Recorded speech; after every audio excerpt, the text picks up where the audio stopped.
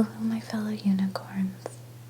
Today, I'm going to read another story from the Random House Book of Fairy Tales. Today's story is none other than Red Riding Hood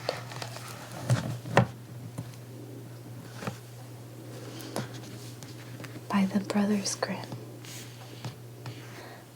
Long, long ago, there lived a little girl who was loved by all who knew her, but she was especially dear to her grandmother.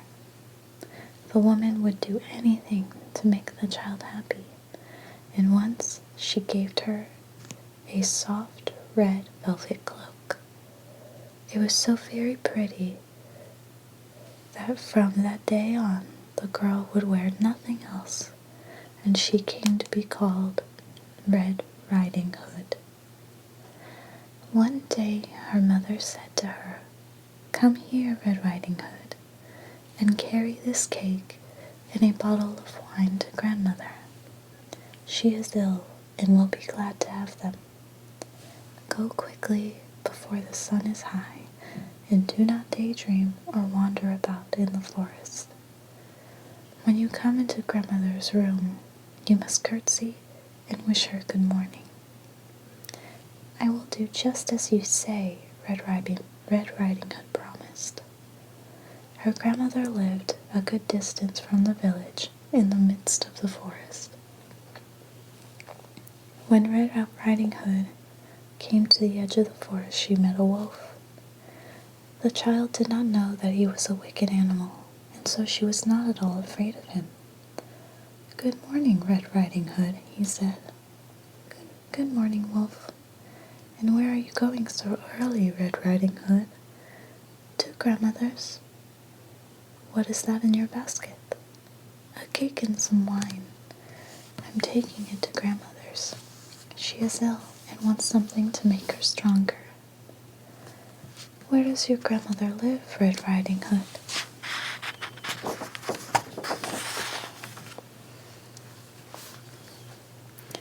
"Down this path and into the forest.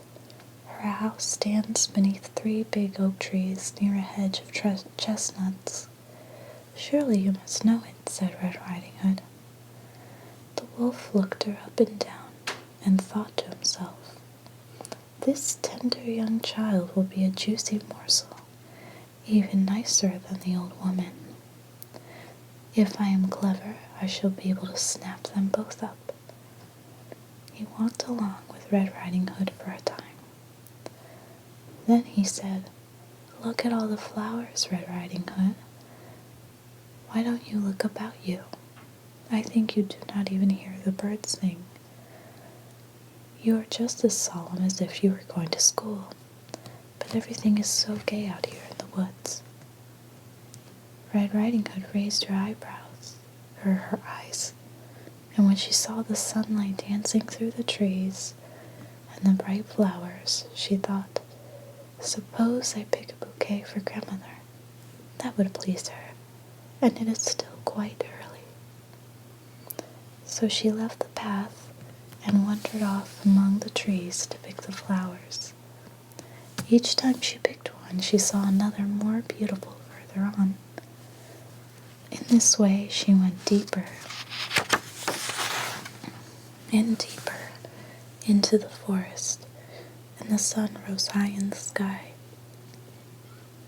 After he left Red Riding Hood, the wolf went straight to the grandmother's house and knocked on the door. "Who is there?" "It is Red Riding Hood, bringing you a cake and some wine. Open the door." "Lift the latch," cried the old woman. "I am too weak to get up." The wolf lifted the latch, and the door sprang open. He went straight in without saying a word and ate up the old woman.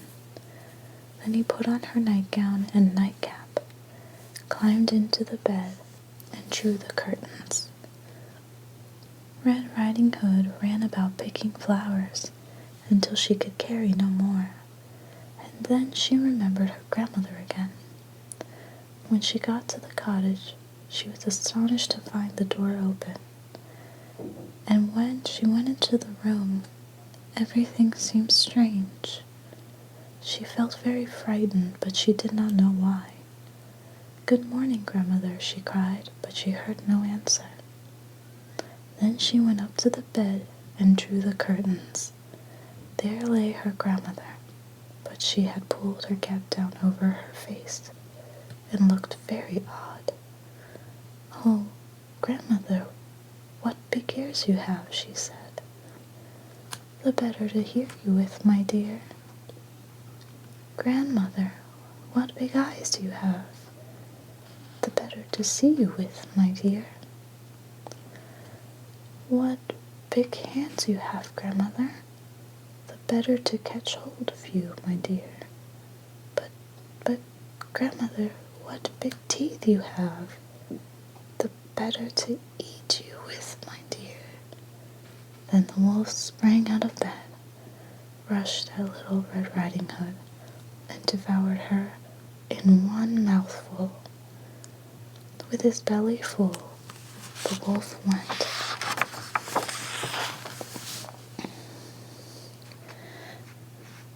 The wolf went back to bed, and soon he was snoring loudly. Some time later, a huntsman passed by the house and heard a fearful racket. "How loudly the old woman is snoring," he thought. "I must see if there is something the matter with her." So he went up inside and up to the bed, where he found the wolf fast asleep. "Is it really you, old rascal?" he said. "Long enough have I sought you." He raised up his gun to shoot, and then suddenly thought perhaps the wolf had eaten up the old lady, and she might still be saved. So he took a knife and began to cut open the sleeping wolf. At his first cut he saw the red cloak, and after a few more slashes the little girl sprang out. "Oh, how frightened I was! It was so dark and close inside the wolf," she cried. Next, the grandmother came out. She was still alive, but hardly able to breathe. The huntsman told Red Riding Hood to bring some big stones. Then they filled the wolf's belly with them and sewed him up. When the wolf awoke and tried to run away, the stones dragged him back, and he fell down dead at last. They were all joyful now. The huntsman skinned the wolf and took away the skin. The grandmother ate the cake and drank the wine Red Riding Hood had brought, and soon was stronger. And as for Red Riding Hood, she knew now that she must listen to her mother and never wander off in the forest again. So,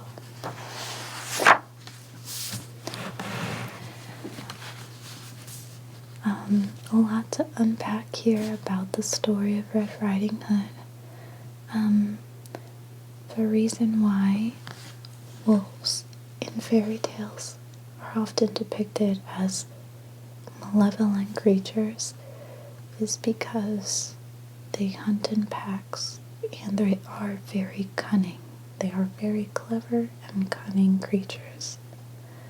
And so this is a metaphor to not talk to strangers, to not reveal personal things about yourself to strangers, and to be on your guard when you're out in a place that you're like in unfamiliar territory. So there's a lot of stuff to learn from this fairy tale, but this is such a great depiction of Red Riding Hood and her encounter with the wolf. It's really funny, his belly's so full from eating the grandmother. The one question I have is, how could the wolf eat grandmother and Red Riding Hood in one bite and just not explode? You know, it's just so much food. And also, how can they survive that? It makes no sense.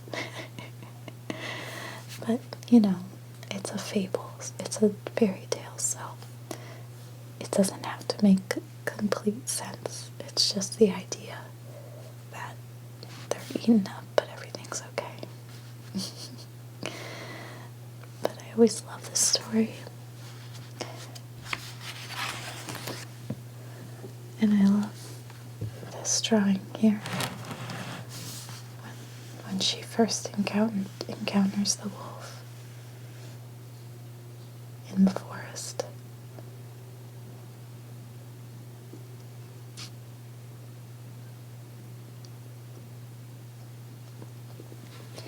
But yeah, it's just a really good example of you can never really trust a stranger.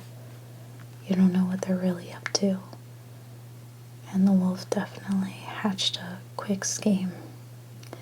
But it didn't work out for him in the end, you know. It's crazy how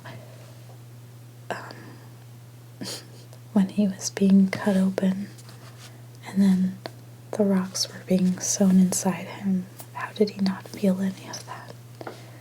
This is crazy. But yeah.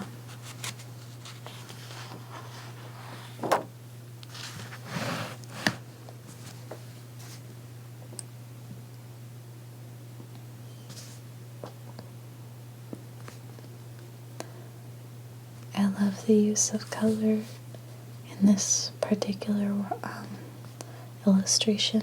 I love seeing all the food items here. The eggs and things in the basket. I love the colors of the blue with the red and the green. It's just so beautiful. It's just so well done.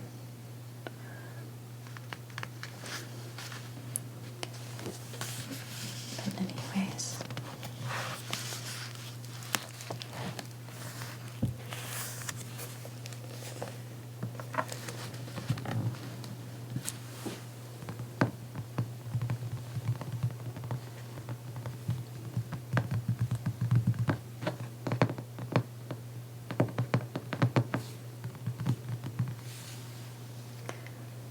I want to thank you all so much for watching. I hope you enjoy this video, and I hope that it relaxes